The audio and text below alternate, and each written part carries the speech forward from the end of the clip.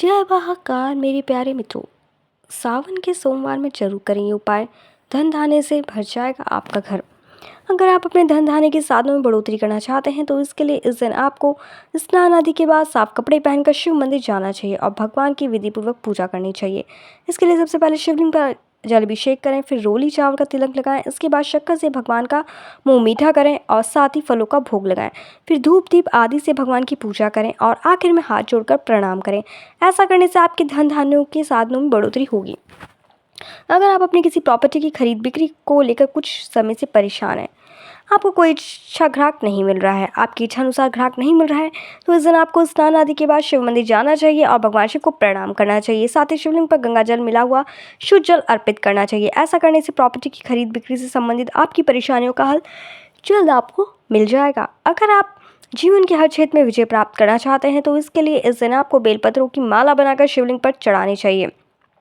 साथ ही शिवलिंग पर जल अभिषेक भी करना चाहिए। ऐसा करने से जीवन के हर क्षेत्र में आपको विजय प्राप्त होगी और आपके काम बनने लगेंगे। अगर आप अपने जीवन में संतान का सुख पाना चाहते हैं तो इसके लिए इस दिन आपको सफ़ेद फूलों की पुष्पांजलि लेकर शिव जी के चरणों में अर्पित करनी चाहिए और भगवान को गोले की मिठाई का भोग लगाना चाहिए।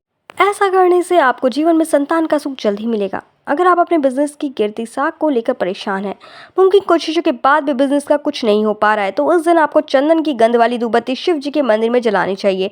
ऐसा करने से आपके बिजनेस की गिरती शाख फिर से उठने लगेगी और आपकी कोशिशें सफल होंगी।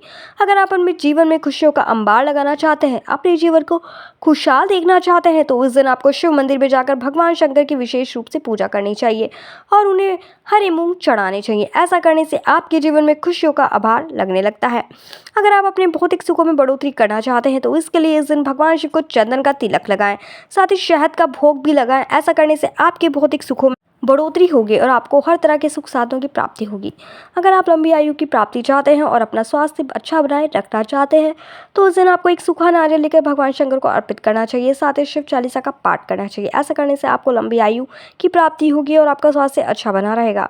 अगर शादी के रिश्ते को लेकर आपके मन में कुछ ऊहापोह बनी हुई है या कुछ उलझन बनी हुई है तो आप उससे बाहर निकलने के लिए इस दिन आपको दही में थोड़ा सा गुड़ मिलाकर शिवलिंग पर अर्पित करना चाहिए। साथ ही अपनी उलझनों को दूर करने के लिए भगवान से प्रार्थना करके ऐसा करने से आपके मन से शादी के रिश्ते को लेकर उलझनें जल्द दूर होंगी। अगर आप तरक्की की नई बुलंदियों को छूना चाहते हैं, अपनी एक अलग पहचान बनाना चाहते हैं, तो उस दिन आपको अपने हाथों से पंचामृत तैयार करना चाहिए। पंचामृत तैयार करने के लिए दूध, दही, शहद, गंगाजल और थोड़ी सी शक्कर लेनी चाहिए और उन्हें आपस में मिलाकर पंचामृत तैयार करना चाहिए। अब इस पंचामृत से भगवान शंकर को भोग लगाइए और अपनी तरक्की के लिए प्रार्थना करें। ऐसा करने से आप जल्द ही तरक्की की नई बुलंदियों को छुएंगे और अपनी एक अलग पहचान बनाएंगे।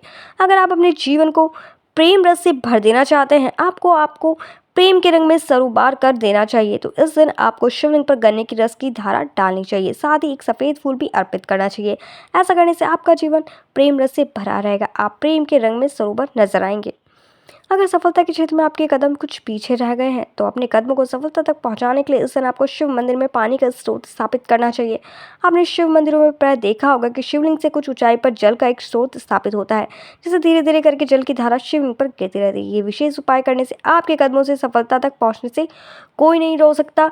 मेरे चैनल वास्तु टिप्स को लाइक सब्सक्राइब करना बिल्कुल ना भूलें और कमेंट बॉक्स में जय महाकाल जरूर लिख दें।